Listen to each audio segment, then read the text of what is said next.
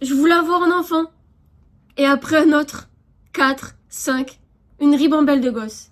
Partir vivre à la campagne. Élever des lapins. Me faire des dreads et vivre avec des jongleurs et des mecs chevelus habillés en clown. Jouer de la guitare. Apprendre tout le répertoire de Simon et Garfunkel pour feu de camp. Militer pour la diversité sexuelle avec des lesbiennes en chemise à carreaux. Dire 50 fois par jour le mot heureux et le mot frère sans que personne ne vienne me foutre un coup de coude dans la tronche parce que ça fait cucu. Écouter toute la journée le haut ferré et me sentir quelqu'un de bien.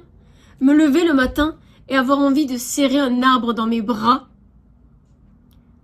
Me promener toute la journée sur un vieux vélo acheté dans un vide-grenier en portant un casque rose avec écrit I love nature et aller faire les courses avec un sac écologique couvert de petits dessins d'arc-en-ciel comme une conne. Ne pas péter par peur que le trou de la couche d'ozone n'explose. Laisser les moustiques me piquer jusqu'à ce que je sois paraplégique parce que ce sont des êtres qui, tout comme moi, méritent de vivre même si je suis allergique, putain de merde.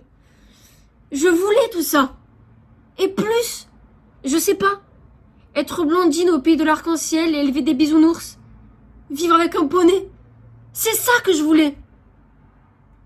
Et après, je t'ai rencontré.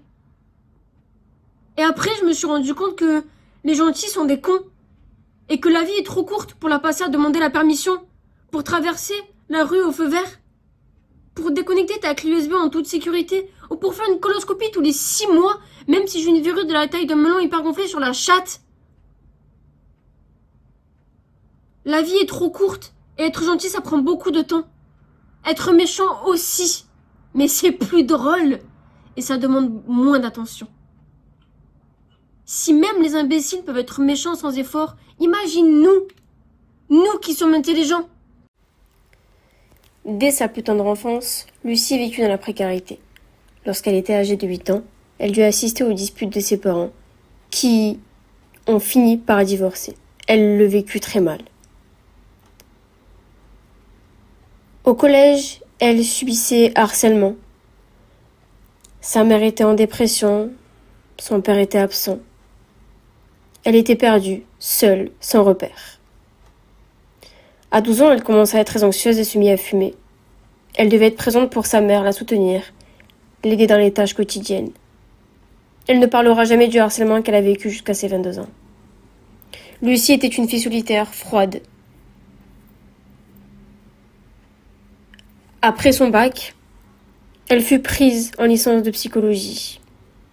Mais en 2020, le Covid fit son apparition. Pour elle, ça ne changeait rien. Elle aimait être seule, être à la maison. En 2022, elle décida de se réorienter vers le théâtre. Malheureusement pour elle, cet été-là, la dépression revint frapper à sa porte. Elles devinrent meilleures amies. Mais la dépression n'est pas venue seule. Elle a apporté avec elle, son meilleur ami, le trouble anxieux généralisé. Lucie n'avait pas d'autre choix que d'abandonner son plan A, qui était de vivre la vie qu'elle avait toujours voulu, pour son plan B, qui était devenu de survivre à la vie. Elle enchaîna les crises de panique, les pleurs, les anxiolytiques, les somnifères. Lucie avait pour but de vivre la vie de ses rêves. Elle dut renoncer à vivre et dut accepter de survivre pour pouvoir vivre ses rêves.